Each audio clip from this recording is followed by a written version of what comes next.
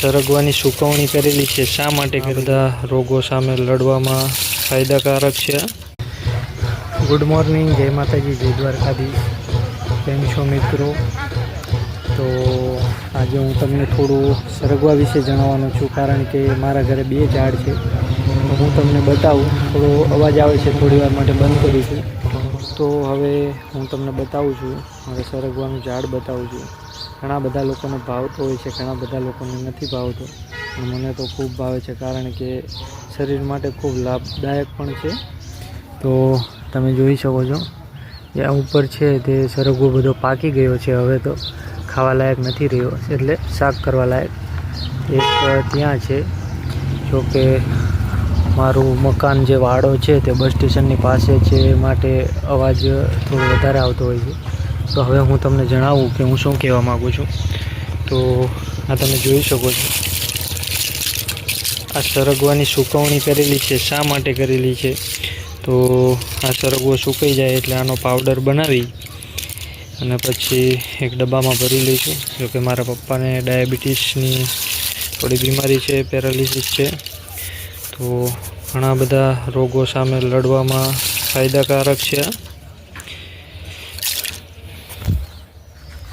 તો સિઝન હતી સરગવો ખાવાની, તો ઘણા બધા લોકોએ તો આ તમને બતાવું. બીલીપત્રનું ઝાડ છે, સરસ મજાના કૂણા કૂણા પાન હવે નવાસરથી બેસી ગયા છે. લીંબુડીને પણ હવે લીંબુ આવી ગયા છે.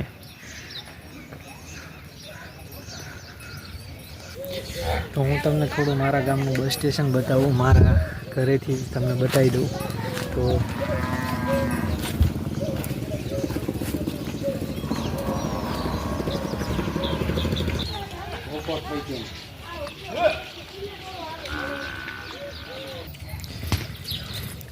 તો હવે હું જાઉં છું ઘરે, અને આજે કંઈ કામ નથી કર્યું, તો જઈને હવે થોડું કામ કરું. તો થોડું કામ ભરાઈ જાય, આજનો દિવસ ભરાઈ જાય. માત્ર સરગવાનું થોડું ફાયદા જણાવવા માટે તમને આ વિડીયો બનાવ્યું છે મેં આજે. તો જરૂરથી બધા મિત્રો સરગવો ખાજો, શરીર માટે ખૂબ લાભદાયક છે. તો મિત્રો, મેં તમને જે અત્યારે સરગવા વિશેની માહિતી આપી, તો અત્યારે સરગવો શાક ખાવા લાયક તો રહ્યો ના હોય, પાકી ગયો હોય. એ માટે જો સરગવો પાકી ગયો હોય તો તમે કાપી અને સુકવણી કરી શકો છો, અને દવાના કામમાં આવી શકે છે. આમ જોવા જાવ તો મારો વિષય કંઈ એવો તમને આયુર્વેદિકનો છે નહીં, પણ જે મારા ઘરે સરગવો હતો એમાં ઘણા બધા લોકોના ઘરે પણ હોય છે.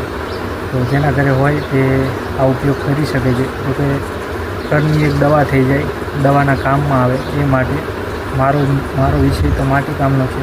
જોવું હોય તો 2 સેકન્ડ રહો તો માટીકામ પણ તમને બતાવી દઉં.